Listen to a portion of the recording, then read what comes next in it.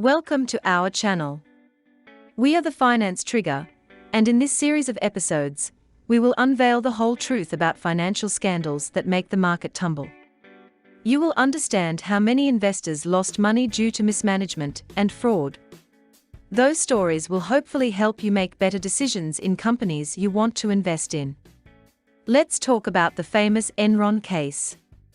Enron was a Texas-based energy company formed by the merger of two other companies around 1985, employing over 3,000 workers, operating in electricity, natural gas, telecommunication, paper, and even e-commerce. Enron was ranked as per the Fortune magazine as the seventh most valuable and most innovative in the United States for 5 years in a row, becoming a model for its entire competition. At first, it dazzled investors with its commercial platform and its great business management.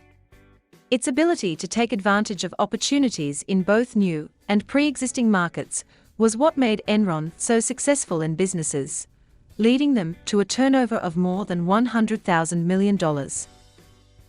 So, what happened for a company that was once considered on top of its game to becoming one of the greatest frauds on the planet? On December 2, 2001, Enron filed for bankruptcy. In mid-2001, its CEO resigned, and in October same year, the company announced a loss of almost $700 million within the third quarter. From that moment onward, investigations have followed one and another. These investigations uncovered that Enron was not an energy company, but mainly an engineering accounting firm. Some of its executives were greatly involved in trading high-risk assets, such as buying and selling oil futures, making transactions with Enron's money, and unreliable transfers to different parts of the world. They sent checks to themselves, hid financial gaps, and manipulated numbers on the accounts to show a pretend healthy balance statement appearance and attract new investors. Loans were counted as income, inflated profits, a huge network of subsidiaries and companies created intensively to hide debts that exceeded more than $30 billion. Over time, these scandals were reported by managers, and people responsible for them were sued and fired.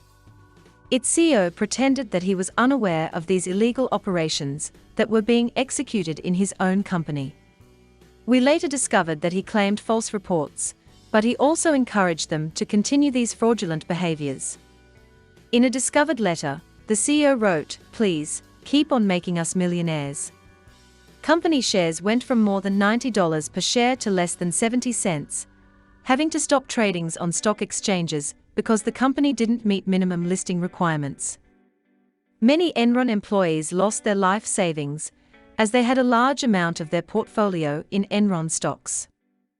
Enron ended up being revealed as a big fraud, and its main executives were convicted. They had to pay a fine of more than $45 million and spent more than 18 years in jail. Once the vice president knew about the final jury sentence, he committed suicide. The scandal also ended up causing the demise of the auditor who kept Enron's accounts. In America, they changed the law Sarbanes-Oxley in 2002 due to a large number of accounting scandals. Sarbanes-Oxley prevents some of the illegal activity, and compliance is required to be listed on the New York Stock Exchange. Many other countries followed with a similar law. It does not assure safety from losing your investment, but allows for transparency for savvy investors who analyze balance sheets. What can we learn from Enron to apply to our current investment? In this case, Enron appeared to be a strong company, admired by many with a growing stock price that was very attractive. Later on, more and more investors became intrigued by the opportunity, but overnight, the stock price plummeted, and many people ended up losing a lot of money. Enron ended up becoming a big disaster and fraud. As external investors to a company, and despite new laws for transparency, the problem is that we will never truly know if something bad is going to happen inside the corporation. Once you consider investing, you should diversify your portfolio to mitigate this risk, so if the company goes broke, and the stock loses all value, you will only lose a small part of your total investment.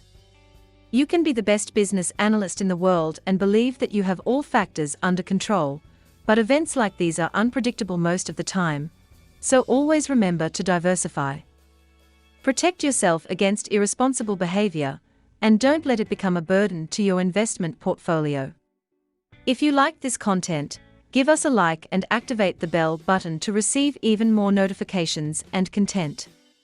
See you soon.